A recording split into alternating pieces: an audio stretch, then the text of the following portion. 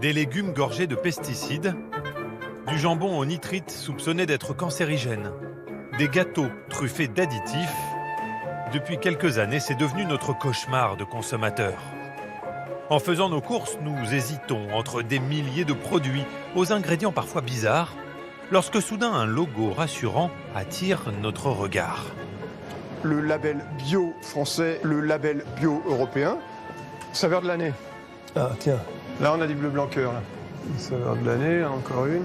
Ces labels qui nous promettent de la qualité, Xavier Terlet, expert en consommation, les a vus envahir les rayons. Le fameux label rouge, mais aussi volaille française, qualité garantie, porc de montagne. Et ce n'est qu'un début. On voit ici un label, ici, un autre qui pourrait ressembler à un label mais qui n'en est pas un autre ici, 3.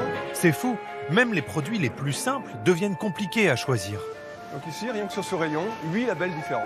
Et pour conséquence, les prix flambent.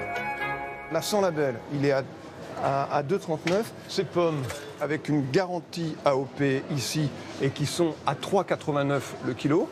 Donc le produit sans label n'est pas cher, le produit avec label est un peu plus cher. De quoi faire saliver les industriels de l'agroalimentaire qui n'hésitent pas à en afficher plusieurs sur leurs emballages. Là, on a 3 des différents labels, des labels officiels comme le label indication d'origine protégée, le label rouge, le label volaille française. Ces labels qui sont indiqués ici, le principal objectif, c'est de rassurer le consommateur. Rassurer le consommateur pour vendre, quitte à user d'une astuce marketing en s'auto-décernant des macarons. Élevage 100% français, c'est le fabricant qui s'engage en disant des céréales locales, du bien-être animal, etc. Mais on ne sait pas trop ce que ça veut dire. C'est du discours industriel, c'est du marketing. Mais comme ces signes distinctifs sont extraordinairement nombreux sur les produits, ça participe plutôt à la confusion globale dans le rayon. Alors, comment s'y retrouver? Quels labels sont fiables? Nous avons eu de drôles de surprises en enquêtant sur les contrôles du label rouge. Et les macarons sur les bouteilles de vin, les fameuses médailles, sont-elles gages de qualité? Vous allez aussi découvrir que des labels sont décernés à des produits soupçonnés d'être dangereux pour notre santé.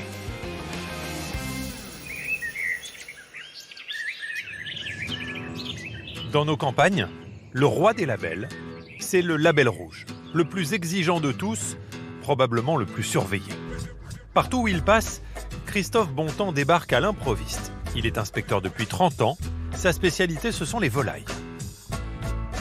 Ici, c'est un éleveur de volailles label rouge, des poulets blancs de Loué. Il mène 6 visites par jour, comme celle-ci, chez ce jeune éleveur du Mans. Bonjour, monsieur Goyer. Bonjour. Christophe Bontemps. Derrière son ton joyeux, ses contrôles sont pris au sérieux par Julien Goyer. Si l'éleveur ne respecte pas les règles de production, il risque de perdre le label rouge. Allez, gamin. C'est bien ventilé, c'est bien. Le moindre détail peut avoir une conséquence sur la qualité de la viande. Alors, avec un œil affûté, Ils ont une bonne litière, bien souple. l'inspecteur vérifie tout jusqu'à la souplesse de la litière. J'enfonce mon pied un petit peu. Un poulet qui va être sur une litière dure comme du béton, sale, ça va premièrement lui abîmer ce qu'on appelle le bréchet. Au niveau du bréchet où il y a les deux beaux morceaux de blanc, on va dire, et va nous obliger à déclasser la volaille. Il ne sera pas label rouge. Espace vital du poulet, température, alimentation, l'éleveur doit respecter un cahier des charges précis à l'intérieur et à l'extérieur. On pressait de sortir, dites donc. C'est une promesse du label rouge, des poulets qui gambadent dans une prairie verdoyante. Et l'éleveur n'a pas intérêt à rater le réveil. Avant 9h du matin, ouais. C'est marqué dans le cahier des charges et pour qu'ils profitent bien de l'extérieur, faut sortir de bonne heure. 9h05, c'est trop tard. C'est comme ça.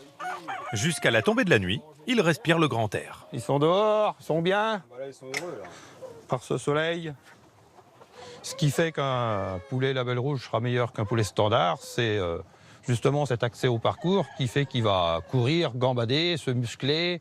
De manger un petit peu de l'herbe et des petits insectes va faire que la viande va être d'une meilleure qualité gustative. Voilà.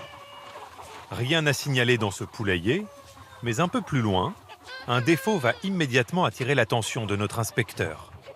Je vois une surface qui est non enherbée, qui continue jusque là-bas. Une grande zone désertique qui prive les poules d'herbes fraîches. Cela pourrait devenir un problème. Si cette zone s'étend, il risquerait d'avoir une surface enherbée qui soit inférieure à ce que demande le cahier des charges. On fera le nécessaire cet automne.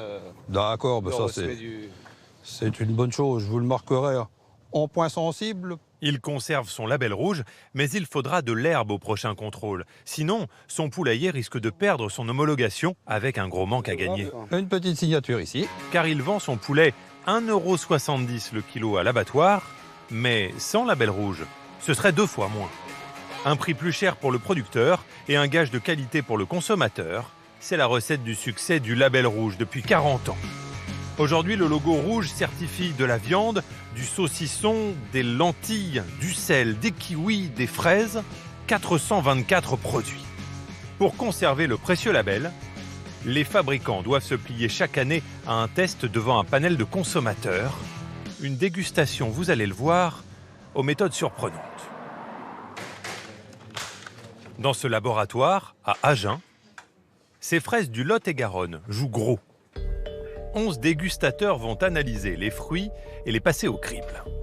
Apparence, texture, odeur et goût, Viviane doit remplir un questionnaire précis.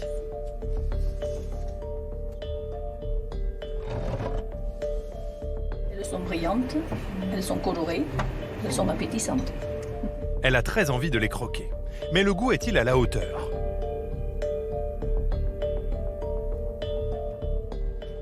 Je la trouve acide, mais l'arôme de fraise est bien là. Elle gagnerait à être un peu plus sucrée. Elle n'est pas convaincue, mais rien n'est perdu pour cette fraise. Car pour garder le label rouge, elle doit simplement être meilleure qu'une concurrente sans label, une fraise importée d'Espagne qui a un peu souffert du voyage. C'est une fraise témoin qui n'a pas de critères de qualité, qui n'est pas label rouge ou quelque chose comme ça. Elles sont un peu abîmées, mais pourtant elles ont été achetées qu'hier. Si son goût est à l'image de son apparence, la fraise du Lot-et-Garonne gardera son label rouge. C'est Viviane et les dégustateurs qui vont trancher. D'aspect, elle semble extrêmement mûre puisqu'elle est abîmée. Mais au goût, son acidité fait penser qu'elle n'est pas mûre. On dirait qu'elle a manqué de soleil, cette pauvre fraise. Donc pour moi, une évidence, c'est que la première barquette est nettement supérieure à celle que j'ai goûtée. Le responsable du labo compare alors les résultats du jury. La fraise française surclasse la fraise espagnole sur tous les critères. Elle devrait conserver son label rouge. Quand on voit ça, on peut se dire que le match est un peu truqué quelque part. On n'a pas délibérément choisi des fraises abîmées. On va dans le magasin et on prend réellement des fraises d'importation telles que c'est défini et on prend ce qu'on trouve en magasin dans les rayons tels que vous, consommateurs, vous pourriez acheter. En fait, ce laboratoire applique simplement un protocole de test En page 2 du document, validé par le ministère de l'Agriculture. la fraise candidate au label rouge est comparée à de la fraise d'importation, fraise concurrente commercialisée sans référence variétale particulière. Il n'empêche, en se comparant à du bas de gamme, les produits label rouge prennent-ils vraiment des risques ? D'ailleurs, aucun n'a jamais perdu son homologation après un test sensoriel. Mais d'autres labels sont décernés de façon encore plus étonnante. Dans le vin, les producteurs ont une technique commerciale vieille comme le monde pour nous influencer. En rayon, nous avons un choix colossal. Des centaines de bouteilles, des cépages, des régions, des noms de domaine. Pour certains d'entre nous, c'est du chinois. Nous rencontrons Pascal, un peu décontenancé. Il cherche un bon rosé à partager avec des amis. Je connais rien, je regarde les étiquettes et les prix en fait. Pour choisir, il a toujours le même réflexe. Ce genre de choses, la médaille d'or, voilà. Qu'est-ce que ça vous apporte en fait de prendre avec une C'est censé apporter que le vin est bon. Comme la promesse d'une bonne dégustation, les macarons s'affichent sur les bouteilles. Bronze, argent, or. Michel achète la garantie d'un concours sans bien savoir lequel. Eh ben, c'est la médaille d'or De quoi ? au challenge international du vin. C'est quoi ? Ah, moi je ne sais pas. Je fais confiance. Ont-ils raison de faire confiance? Les clients raffolent des médailles. Alors, certains viticulteurs se sont transformés en champions olympiques des concours viticoles. Dans l'Hérault, à Saint-Saturnin, c'est une belle journée pour Christian Reynaud. Il dirige une coopérative viticole et vient de recevoir un colis de la plus haute importance. Vous avez les médailles qui arrivent, ceux-là de Berlin. Donc là, on a le rouge et le rosé. C'est une médaille d'or. 2 médailles d'or décrochées lors d'un récent concours. Elles complètent un palmarès déjà impressionnant. Donc là, on a une médaille d'or à Paris. On a une médaille d'or sur Mâcon. Une médaille d'argent sur Paris. Les concours mondiaux de Bruxelles aussi. Rien que cette année, les vignerons de sa coopérative sont montés 19 fois sur le podium. Est-ce que vous ressentez encore quelque chose quand là, vous devez déballer votre carton? Ah si, parce que chaque année, c'est une fierté. Voilà. Puis après, ça se traduit commercialement. Parce que c'est quand même le principal. Faut pas se leurrer. Hein. Pour doper les ventes, Christian mise sur les médailles. Car il doit écouler 3 millions de bouteilles par an. Alors chaque année, il investit 15 000 € en inscription à des concours. Donc voilà, là c'est l'étagère où chaque dossier représente un concours. Un gros budget pour sa coopérative. Mais selon lui, il n'a pas vraiment le choix. Car les acheteurs des grandes surfaces exigeraient des médailles. Voilà l'appel d'offres. Pour référencer ses vins en rayon. Sur cet appel d'offres, c'est même une condition sine qua non, écrite noir sur blanc. Oui, l'appel d'offres doit être le plus sélectif possible et avec guide achète, médaille. Vous avez plus de chances d'être choisi et d'être sélectionné avec des produits médaillés que sans les médailles, ça c'est sûr. Pour maximiser ses chances, il inscrit plusieurs bouteilles à une dizaine de concours chaque année. Christian a l'embarras du choix. Il en existe 130 en France. Mais comment sont-ils organisés? Permettent-ils vraiment de désigner les meilleurs vins?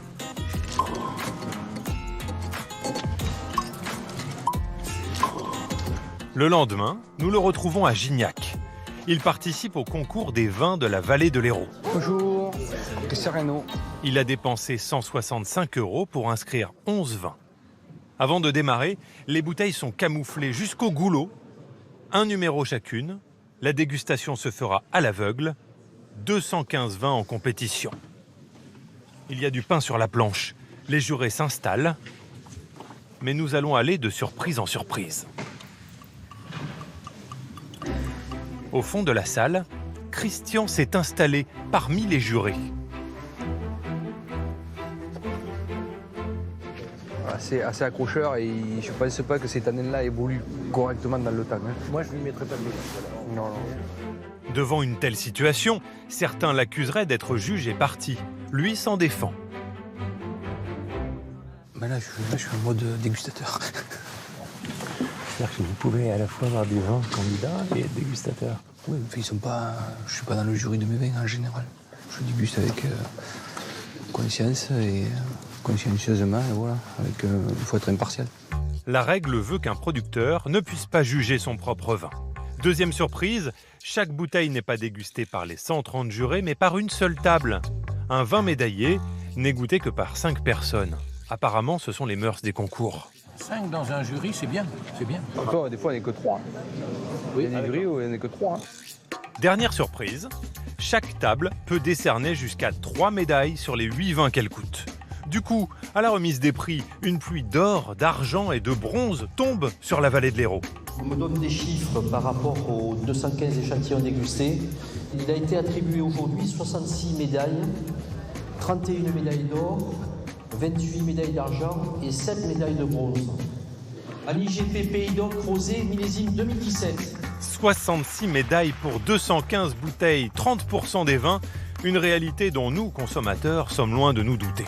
Rien à voir avec une compétition sportive où seuls les 3 meilleurs sont sur le podium.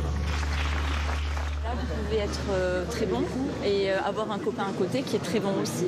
Donc c'est très difficile de mettre juste un podium avec 1, 2 et 3. En réalité, la répression des fraudes a dû remettre de l'ordre dans les concours il y a 5 ans.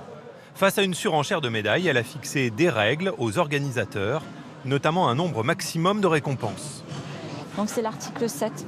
Les distinctions attribuées ne dépasseront en aucun cas le tiers des échantillons présentés par catégorie et sur l'ensemble de l'épreuve. Les concours ne peuvent plus médailler qu'une bouteille sur 3 maximum.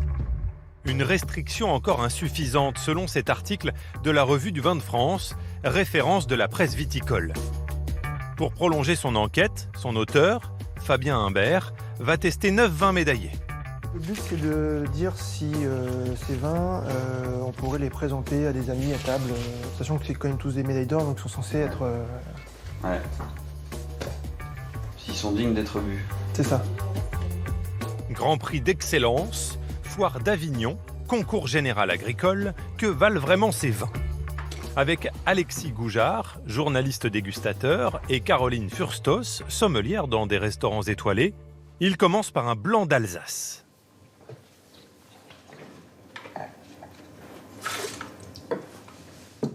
C'est un peu la serpillière, le papier mouillé. Là, il se passe vraiment rien. C'est un vin qui est vraiment plat sur la bouche. Aucun des 3 blancs ne mériterait d'être présenté à table, selon eux. Cette bouteille de rouge, peut-être?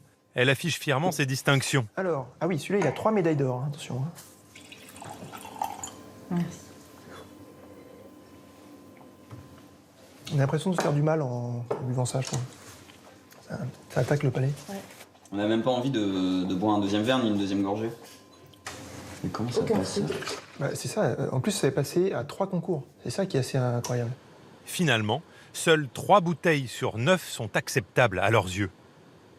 Ça, c'est un vin que moi, je pourrais conseiller ou je pourrais... C'est assez léger mais digeste et équilibré, donc ouais, pourquoi pas. Il est moyen ou il est bon? Non, il est moyen. Pas de gros coup de cœur, parce que selon eux, l'objectif des médailles serait ailleurs. Les concours sont plus au service du producteur. Ça permet de le valoriser finalement, son vin. Et c'est pas du tout au service du consommateur qui ne sera pas certifié d'avoir le meilleur vin du concours en achetant une médaille d'or. Si les médailles ne sont pas un gage de qualité, d'autres distinctions font la promotion de produits alors qu'ils sont soupçonnés d'être dangereux pour notre santé. Depuis plus de 30 ans, vous voyez ce logo sur les emballages. Des gâteaux, des sauces, des couches, tous élus produits de l'année. En apparence, c'est un label. L'équipe est installée dans cet immeuble parisien. C'est une agence marketing. Et là, il y a le logo. Ici, on ne parle pas de label, mais de logo. Et pour cause. C'est bien, ils ont bien respecté la mention. Ouais. Il y a juste une petite faute de frappe, là. Ah, va leur demander de corriger. Ouais. Pour avoir le droit de se vanter ainsi, les produits sont élus par un sondage auprès de consommateurs et les marques payent une coquette somme. C'est un concours marketing qui délivre des résultats. Alors pour participer, c'est-à-dire pour soumettre un produit, ça coûte 3 990 €. Et lorsque vous êtes lauréat et que vous gagnez la capacité d'utiliser le logo donc pendant 1 an, ça c'est 19 000 €. Ça coûte cher aux marques, mais leurs produits sont-ils de qualité? Nous sommes allés en rayon, armés de Yuka, Clean Beauty et quelques cosmétiques, des applications qui décortiquent les ingrédients. Certains posent franchement question. Élu produit de l'année, ce déodorant est composé de cyclométhicone, soupçonné par plusieurs études internationales d'être un perturbateur endocrinien. Élu produit de l'année, ces gâteaux au chocolat pour enfants contiennent un additif, le diphosphate disodique, qui présenterait des risques cardiovasculaires et rénaux selon une étude allemande. Du coup, mérite-t-il vraiment cette distinction? Philippe Gelder estime que oui. Nous ne sommes pas un juge légal, un arbitre, et on n'est pas une association de consommateurs. Il y a des associations de consommateurs qui mettent ça en avant. Ce n'est pas notre rôle. Si vous me parlez des perturbateurs endocriniens, j'attends la loi. Les consommateurs ne sont d'ailleurs pas dupes. 64% de ceux qui connaissent ce logo estiment que c'est une mention publicitaire. Demain, peut-être se tourneront-ils vers la technologie pour être rassurés sur ce qu'ils consomment. C'est le pari de Carrefour qui s'est associé à des éleveurs auvergnats pour révolutionner les emballages de ces poulets. Nous sommes près de Vichy. Bonjour. Cette camionnette a fait 2 heures de route. Pas une minute à perdre, la livraison est fragile. C'est le poussin du jour, éclos ce matin. Ils sont 4000, ils n'ont pas encore mangé depuis leur naissance. François Daché, l'éleveur, s'empresse de les installer. Vous pouvez voir, hein, ceux qui sont déjà en place depuis 10 minutes, ils sont déjà en train de manger et de boire. Là aussi, hein. Voilà, donc ils ne sont pas stressés. Avant de rejoindre l'assiette des consommateurs, dans 80 jours, ils seront nourris sans OGM, élevés en plein air C'est là que ça se passe. et soignés avec des produits naturels sans antibiotiques. Des critères de production très stricts, immédiatement compilés sur ordinateur pour que le client final sache tout du poulet qu'il achète. Donc on va mettre la date d'aujourd'hui qui est la date d'éclosion, où c'est que les poussins sont arrivés. C'est des tout venants jaunes que tu as reçus? Ben ouais. Ouais. Jusqu'à présent, ces éléments étaient confidentiels. Ah, d'accord, ok. Ils existent depuis des années. Mais par contre, jusqu'à présent, ils ne sortaient pas de notre système informatique. C'était à disposition des contrôleurs, mais ils ne sortaient pas à disposition du consommateur. Aujourd'hui, la blockchain nous permet de mettre à disposition des consommateurs toute cette traçabilité. La blockchain, c'est un système informatique.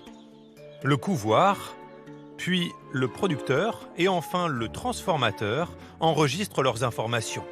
Copiées sur plusieurs réseaux, elles sont infalsifiables.